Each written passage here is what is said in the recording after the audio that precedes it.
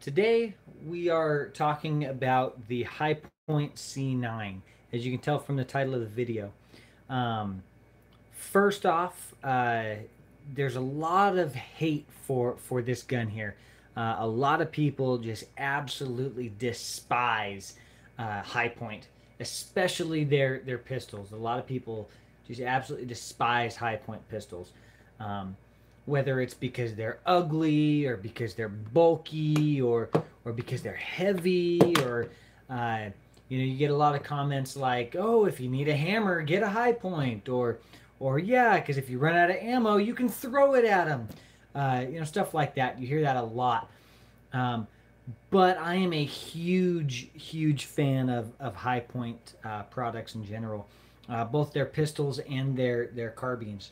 Um, why am I such a fan of High Point? It's because they're cheap and they're reliable.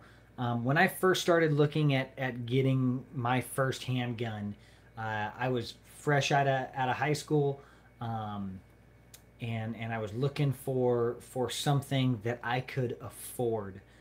Working a minimum wage job, trying to pay bills, that sort of thing, and I stumbled upon this High Point.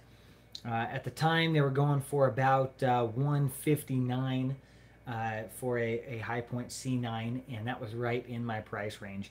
I got on and read a lot of reviews about it and got a lot of mixed reviews. Some people saying they're great, other people saying they're crap. I love them. I think they're phenomenal for what they are. Yes, they're bulky. Yes, they're heavy. Yes, they are ugly as sin. Probably one of the most, if not the most ugly gun I have ever owned, definitely, and probably the ugliest I've ever fired. But they work. They absolutely work.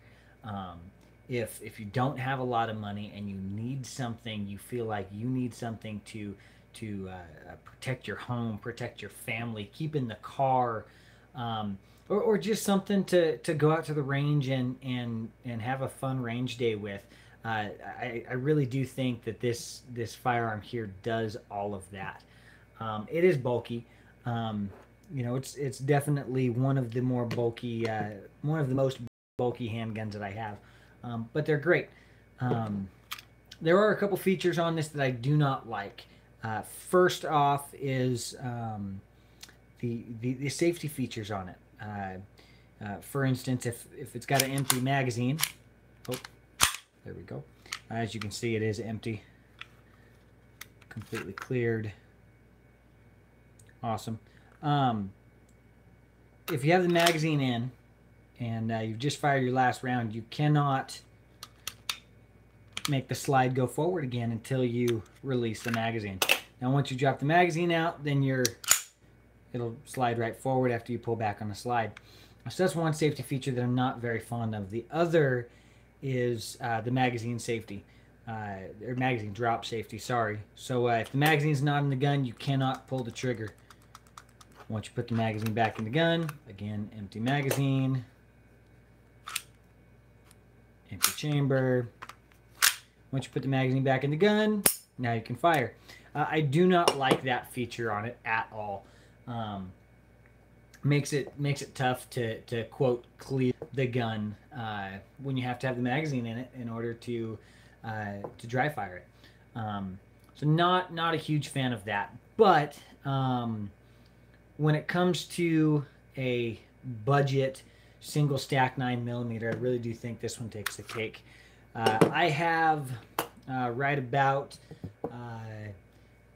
650, 700 rounds through this one and have had zero problems with it at all. No failure to feeds, no failure to fires, no failure to eject, nothing. I've run brass case, aluminum case, steel case ammunition through it, no problem. Um, it's just, it's an absolute beast. It'll eat up anything you put through it and won't have any problems. I mean, it is one of the most reliable firearms that I think I've ever owned. And for a price point of 150, $160, I mean, that's really hard. I mean, It is, like I said, single stack 9mm. It holds 8 plus 1. Although you can get some 10 round magazines for it as well. They are kind of funky. They stick out the bottom of the gun, you know, about 1.5 inches or so, but they do work. This is actually a magazine for my Hi-Point carbine. Their standard magazines are a 10 round magazine, but I do run them through my C9 as well, and they work just fine. I've had no issues. You do get a little bit of rock back and forth,